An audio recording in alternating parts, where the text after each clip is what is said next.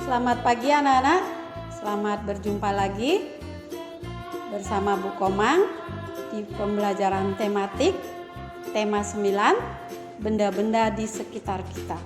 Subtema 2, pembelajaran 3 dan pembelajaran 4. Bagaimana kabarmu hari ini? Semoga semuanya dalam keadaan sehat selalu ya. Nah, pembelajaran kita hari ini kita akan diawali dengan berdoa. Semoga pembelajaran hari ini dapat berjalan lancar dan kita selalu dalam lindungannya. Berdoa dalam hati, berdoa dimulai. Berdoa selesai. Anak-anak, tujuan pembelajaran kita hari ini yang pertama, siswa mampu menjelaskan ciri-ciri bahasa iklan dan isi iklan media elektronik. Yang kedua, siswa mampu menjelaskan peristiwa persatuan dan kesatuan bangsa. Yang ketiga, siswa mampu menjelaskan bentuk usaha dalam kegiatan ekonomi masyarakat Indonesia dan jenis-jenis usaha ekonomi perorangan dan kelompok. Nah, itu nanti kita akan pelajari ya anak-anak. Nah, untuk lebih jelasnya mari kita perhatikan tayangan-tayangan berikut ini. Baiklah anak-anak, kita akan belajar pendalaman materi tema 9, benda-benda di sekitar kita, subtema 2, pembelajaran 3 dan pembelajaran 4. Nah, sekarang kita belajar bagaimana cara menjelaskan ciri-ciri bahasa iklan media elektronik. Nah, perlu anak-anak ketahui di dalam bahasa yang digunakan dalam bahasa iklan media elektronik itu berupa bahasa formal atau non formal. Nah, perhatikan contohnya iklan berikut ya anak-anak. Nah, di sini ada dua contoh, yaitu pertama iklan dengan bahasa formal, yang kedua iklan dengan bahasa non formal. Nah, bagaimana bunyinya atau bahasa yang digunakan pada iklan bahasa formal? Nah, ini diperhatikan di sini. Ini ada di iklannya ada di televisi anak-anak. Nah, ayo kita nikmati es susu bersama teman-teman. Es susu rajanya es krim. Nah, itulah bahasa formal yang digunakan pada iklan media elektronik. Selanjutnya, bagaimana bahasa non formal yang digunakan dalam bahasa media elektronik? Nah, enaknya es susu. Ayo nikmati es susu yang enak dan sehat ini segera. Nah, begitu bahasa non formalnya ya anak-anak. Nah, itulah tadi bahasa formal dan bahasa non formal pada bahasa iklan media elektronik. Nah, sekarang kita belajar tentang beberapa ciri bahasa iklan elektronik yang mampu menarik perhatian khalayak atau masyarakat umum. Nah, beberapa ciri bahasa yang dimaksud yaitu ya pertama, anak-anak bisa pilih kata yang digunakan menarik, tepat, logis dan sopan. Yang kedua, pilihlah kata yang digunakan memiliki sugesti bagi khalayak. Nah, yang ketiga, pilihan kata juga digunakan yang menonjolkan informasi yang penting. Yang keempat, pilihan kata yang digunakan menunjukkan sasaran. Itulah tadi 4 bahasa yang dimaksud yang menarik perhatian khalayak atau masyarakat umum. Ya, selanjutnya kita akan belajar yaitu tentang isi iklan media elektronik. Kita harus memahami isi iklan dengan baik agar tidak salah dalam menerima informasi. Kita dapat menjelaskan isi iklan dengan cara memahami informasi yang disampaikan tentang garis besar produk yang ditawarkan. Nah, selanjutnya anak-anak perhatikan di sini jenis-jenis isi iklan media elektronik. Isi iklan media elektronik yaitu contoh gambar yang pertama yaitu melalui televisi, yaitu ada gambar-gambar juara iklan politik ya Nana. Nah, melalui iklan tersebut masyarakat dapat mengetahui partai-partai politik yang akan mereka pilih sesuai hati nuraninya tanpa paksaan dari pihak manapun. Nah, iklan pada gambar tersebut di samping ini termasuk jenis iklan politik ya Nana. Nah, yang kedua, perhatikan gambarnya di sini. Ada yang namanya gambarnya warna gitu Nana. Nah, di sini ada 2 siswa ya. Nah, di sini adalah iklan ini berisi tentang ajakan kepada khalayak untuk membeli aplikasi pendidikan anak berbahasa Indonesia. Nah, iklan ini ditayangkan melalui internet dan iklan ini termasuk iklan pendidikan. Nah, yang ketiga yaitu gambar yang ketiga yaitu di sini ada seorang perempuan yang cantik ya, rambutnya terurai, bersih, kuat, lembut. Nah, iklan ini ditayangkan melalui televisi. Iklan ini berisi ajakan kepada khalayak menggunakan sampo. Pada gambar iklan, dengan menggunakan sampo, itu rambut katanya akan menjadi bersih, kuat, dan lebat. Nah, iklan ini termasuk jenis iklan apa, Nana? Ya, yaitu iklan kecantikan. Nah, itulah tadi contoh jenis-jenis iklan media elektronik. Masih banyak ya iklan jenis lainnya. Selanjutnya kita belajar yaitu tentang peristiwa yang mencerminkan persatuan dan kesatuan bangsa. Nah, di sini sikap yaitu memelihara persatuan dan kesatuan dapat ditunjukkan antara lain dengan cara berikut ini. Yang pertama yaitu dengan cara memiliki perasaan sebagai satu bangsa dan satu tanah air walaupun berbeda suku, budaya, dan agama. Nah, di sini kita ditekankan untuk memiliki perasaan karena satu bangsa walaupun sukunya berbeda-beda. Yang kedua yaitu mencintai dan melestarikan budaya daerah untuk memperkuat budaya nasional. Nah, kita harus mencintai budaya daerah kita, anak-anak. Nah, itu adalah tujuannya memperkuat budaya nasional. Nah, peristiwa dalam masyarakat yang mencerminkan persatuan dan kesatuan bangsa yang beragam contohnya dapat dilihat dalam kegiatan berikut. Yang pertama, secara aktif berpartisipasi dalam kegiatan gotong royong.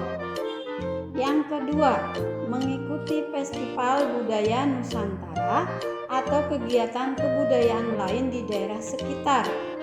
Yang ketiga, ikut serta dalam acara jambore nasional untuk dapat berinteraksi dengan teman-teman yang berasal dari daerah, suku, dan agama yang berbeda. Nah, itu tadi yaitu peristiwa dalam masyarakat di mana mencerminkan persatuan dan kesatuan bangsa. Masih banyak ada contoh yang lain ya Nana. Selanjutnya kita bagaimana caranya menjaga persatuan dan kesatuan di lingkungan rumah. Ya, berikut adalah sikap yang harus dikembangkan untuk menjaga kerukunan dalam perbedaan di lingkungan rumah. Yang pertama itu saling menghormati dan menghargai. Yang kedua, tidak mementingkan diri sendiri serta tidak boleh egois ya, serta saling tolong-menolong dan saling bekerja sama. Itulah salah satu contohnya yaitu menjaga persatuan dan kesatuan di lingkungan di rumah. Nah, berikut adalah beberapa contoh peristiwa yang mencerminkan makna pentingnya persatuan dan kesatuan. Nah, gambar yang pertama di sini Nana perhatikan ada gambar yaitu Festival Budaya Nusantara.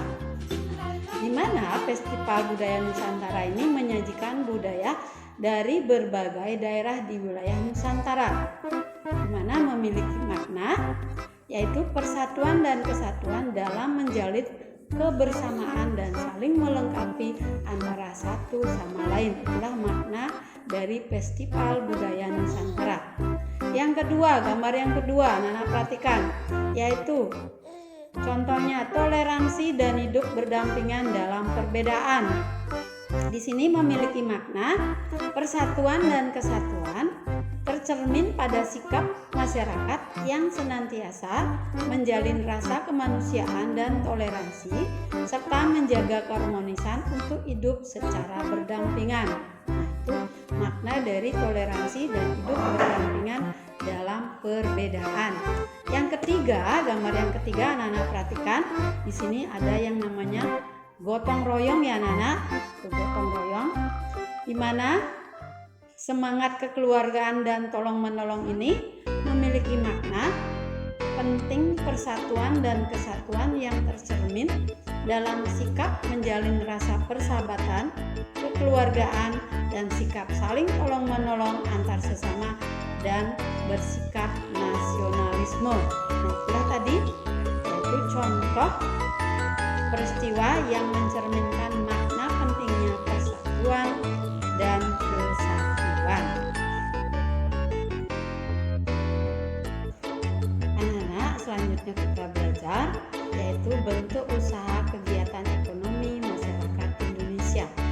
Nah, kegiatan ekonomi itu adalah kegiatan yang dilakukan manusia untuk memperoleh barang atau jasa. Kegiatan ekonomi ini dilakukan dengan tujuan agar masyarakat dapat memenuhi kebutuhan dan mencapai kemakmuran hidupnya. Nah, itulah tujuan dari kegiatan ekonomi, di mana yaitu untuk memenuhi kebutuhan dan mencapai kemakmuran hidupnya. Nah, keberagaman kegiatan ekonomi masyarakat Indonesia itu dipengaruhi oleh kenampakan alam dan sumber daya alam yang ada di sekitarnya. Oleh sebab itu, hasil dari kegiatan ekonomi masyarakat di setiap daerah pun itu berbeda-beda. Nah, perbedaan produk hasil kegiatan ekonomi adalah di mana potensi ekonomi yang dapat dikembangkan untuk meningkatkan kesejahteraan masyarakat suatu daerah. Anak-anak perlu ketahui bahwa di dalam kegiatan ekonomi masyarakat itu berbeda-beda, itu tergantung atau dapat dipengaruhi oleh sumber daya alam yang ada di sekitarnya. Nah, berikut berbagai usaha dalam kegiatan ekonomi masyarakat Indonesia. Nah, di sini perhatikan gambarnya anak-anak. Nah, pertama ini ada gambar yaitu di bidang pertanian, ada di bidang perkebunan, ada di bidang peternakan, ada di bidang perikanan. Nah, masih ada lagi ya anak-anak, contohnya yaitu di bidang perhutanan, di bidang pertambangan. Nah, di sini ada di bidang perindustrian. Nah, ini perindustrian ya anak-anak. Nah, ada juga di bidang perdagangan yaitu ekspor impor. Dan yang terakhir ya di sini ada gambarnya yaitu contohnya di bidang jasa. Nah, anak-anak, selanjutnya kita mengetahui yaitu jenis-jenis usaha ekonomi. Suatu kegiatan usaha dapat memberikan hasil yang maksimal jika dikelola dengan baik. Berdasarkan cara pengelolaannya, kegiatan usaha yang ada di masyarakat dikelompokkan menjadi dua, yaitu usaha perseorangan dan kelompok. Nah, jenis usaha ekonomi itu anak-anak dapat dikelompokkan menjadi dua, yaitu usaha perseorangan dan usaha kelompok. Nah, selanjutnya kita akan mengetahui bagaimana kelebihan, kekurangan, dan apa contoh dari usaha perseorangan dan usaha kelompok.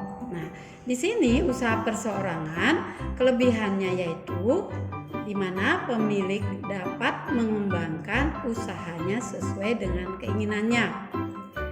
Selanjutnya ada keuntungan yang diperoleh dapat dinikmati sendiri. Dan pengambilan keputusan dapat dilakukan dengan cepat. Nah, untuk kekurangan usaha perseorangan di mana modal dan kemampuannya terbatas. Kreativitas usaha terbatas, risiko dan kerugian usaha ditanggung sendiri. Nah, adapun contoh usaha perseorangan yaitu seperti bengkel kecil, pemangkas rambut, rumah makan, toko kelontong, dan pedagang asongan. Nah, itu tadi kelebihan, kekurangan, dan juga contoh usaha perseorangan. Selanjutnya, bagaimana kelebihan, kekurangan, dan apa contoh dari usaha kelompok? Nah, di sini kelebihan dari usaha kelompok di mana modalnya lebih banyak karena berasal dari beberapa orang. Juga resiko dan kerugian usaha ditanggung bersama. Ada juga ide dan kemampuan usahanya lebih banyak. Nah, untuk kekurangan usaha kelompok itu pengambilan keputusan harus sesuai dengan kesepakatan bersama. Keuntungan dibagi dengan pemilik modal lainnya dan kelangsungan usaha tidak menentu karena rawan perbedaan pendapat antar pemilik modal. Nah, adapun contoh usaha kelompok yaitu seperti CP, firma, PT, dan koperasi. Nah, anak itu tadi kelebihan kekurangan dari usaha perseorangan dan usaha kelompok. Demikian pembelajaran kita hari ini, anak-anak. Nah, bagaimana perasaanmu setelah mempelajari atau mendapatkan materi tadi? Semoga semuanya menyenangkan ya dan bermanfaat bagi kita semua. Nah, sebelum pembelajaran kita tutup, mari kita bersama-sama membuat kesimpulan dari pembelajaran tadi ya, anak-anak. Nah, kesimpulannya yang pertama, ciri-ciri bahasa iklan media elektronik yaitu ada menggunakan bahasa formal dan non-formal. Bahasa yang digunakan itu harus menarik, tepat, logis, dan sopan. Nah, adapun jenis-jenis isi iklan media elektronik itu antara lain ada yang namanya jenis iklan politik, iklan pendidikan, ada juga iklan kecantikan dan lain-lain. Masih banyak contoh jenis iklan yang lainnya. Yang kedua, sikap memelihara persatuan dan kesatuan dapat ditunjukkan dengan cara yaitu memelihara perasaan, saling menghormati, saling mencintai, dan saling menghargai, serta melestarikan budaya daerah untuk memperkuat budaya nasional. Nah, kesimpulan yang ketiga, bentuk usaha dan jenis usaha ekonomi masyarakat Indonesia ada pertanian, ada di bidang perkebunan, ada di bidang peternakan, perikanan, perhutanan, pertambangan, perindustrian, perdagangan, dan jasa. Nah, adapun jenis-jenis usaha dapat dikelompokkan menjadi dua, yaitu usaha perseorangan dan usaha kelompok. Nah, itulah tadi kesimpulan dari pembelajaran kita. Semoga pelajaran hari ini dapat bermanfaat bagi kita semua. Sebelum kita tutup, mari kita berdoa. Berdoa dimulai. Berdoa selesai. Sampai jumpa. Dah.